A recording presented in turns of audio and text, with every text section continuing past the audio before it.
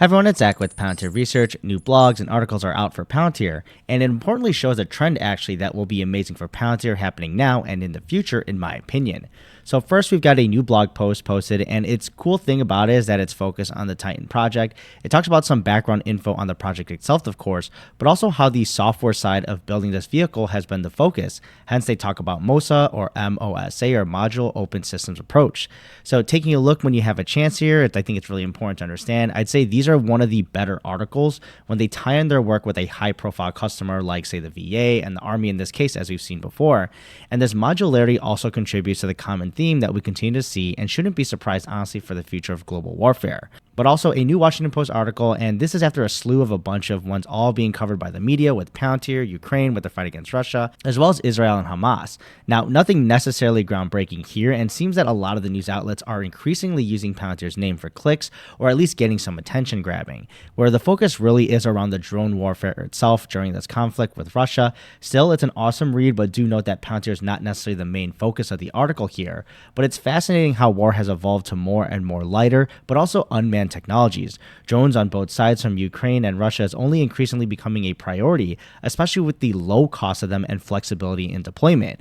And obviously, Palantir's big role in managing this amount of data and automation need to keep their technology aligned is important. So check this one out too when you have a chance. And just talking about both of these two recent pieces, it increasingly shows how more high-profile events, especially with Ukraine, although it's been widely publicized now, it wasn't always like that when the conflict just started in 2022. And obviously for good reason, considering you don't want the adversary to know what's brewing. But same with Israel and Hamas. Although much more politicized, especially in the West, there's just increasingly more coverage on Palantir's role and technology that is truly making a difference.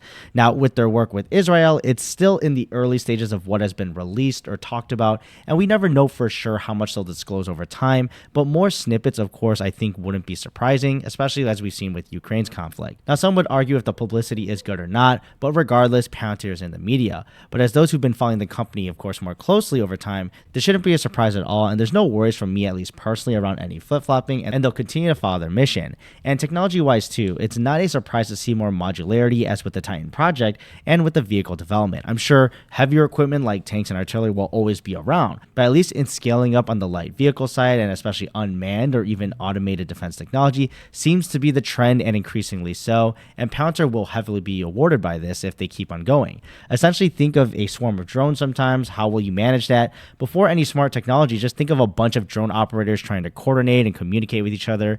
Getting even to like 10 people, this is already going to be cumbersome, and this can be complicated if you're trying to pull out something more coordinated as well. But with the data feeding with every drone, automating certain functions, but of course some level of human interaction or approval, which follows Palantir's philosophy around, is still going to be important here, and I think Palantir has set up the infrastructure to be one of those players. But regardless, Palantir is going to manage this for the military, and increasingly so, in my opinion, just because of the relationship that they've built out with not only the US government, but also their allies. But what are your thoughts below? And I'll see you in the next video.